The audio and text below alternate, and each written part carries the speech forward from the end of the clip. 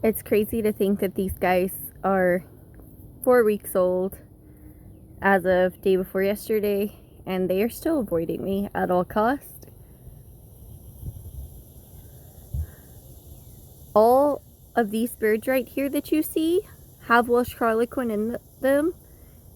The 3 strangely colored birds, the 2 darker birds, and the one with the mallard striping in front are half mallard, half Welsh Harlequin.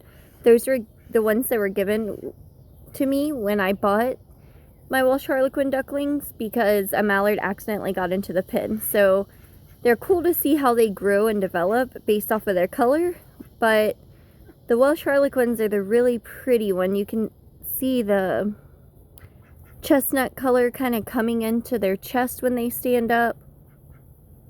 They have some really beautiful feathers on their back. Their heads are pretty much feathered. They still kind of have some baby fuzz everywhere.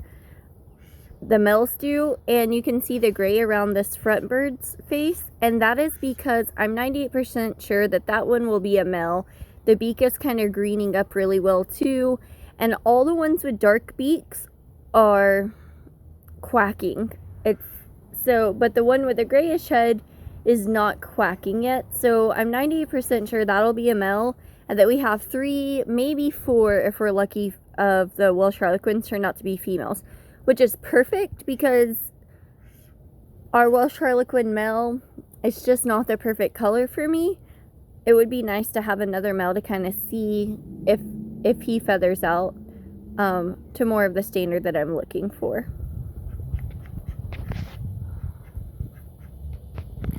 This week they're getting more feathers on their wings. Their wings are getting actual feathers.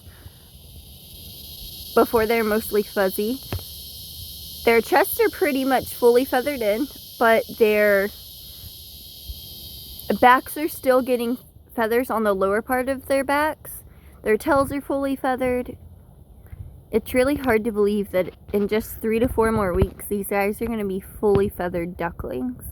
And then come spring of next year, they'll be laying eggs themselves.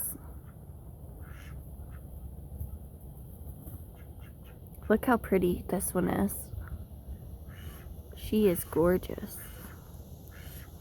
At this point in time, after they're about 48 hours old, until they are starting quacking about a month or fully feathered at 8 weeks, it's really hard to tell if they're male or female. So it's kind of a guessing game. You really have to have a good auto-sexing genes and really good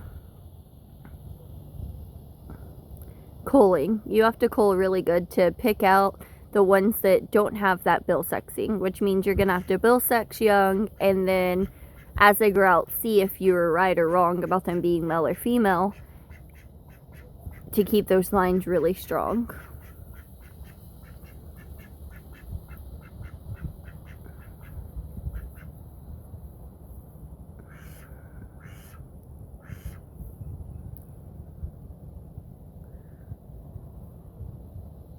There's our Campbell Drake. He's more of a dark Campbell. Well, he's kind of between a khaki Campbell and a dark Campbell, isn't he? Not quite as dark as he needs to be, but definitely darker than a khaki Campbell.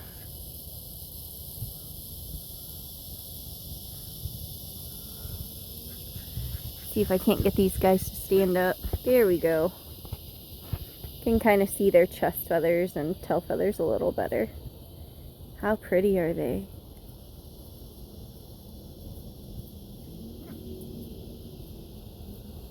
You notice that one that's half mallard even has, right there, even has some of the Welsh Harlequin distinctive feathers on its chest. That's pretty cool. So there you go, 5 pure Welsh Harlequins, and then 1, 2, 3 right there that are not pure. And I'm not sure what this girl is. We're thinking at Rowan. She's just a Tractor Supply special over there.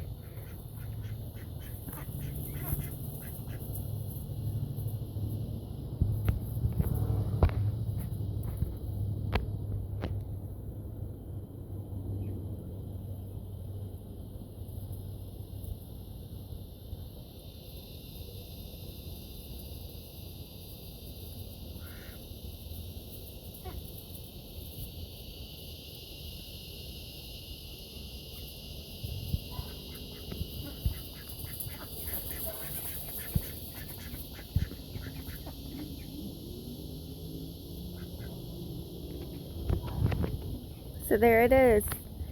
There's our 4-week update. So I hope that if you're kind of growing out some Welshies of your own, this helps you out. If you have a couple crosses, hopefully this helps you out too, because I'm still learning about Welsh Harlequins, also known as the Honey Campbell. When I first started with the breed last year, it was really hard to find resources. So I'm hoping that I can kind of grow them out and compare, and then as my flock grows and progresses, I can kind of compare where I started to where I'm going and see the improvements and the lines and kind of keep track of everything and hopefully help someone out while doing so.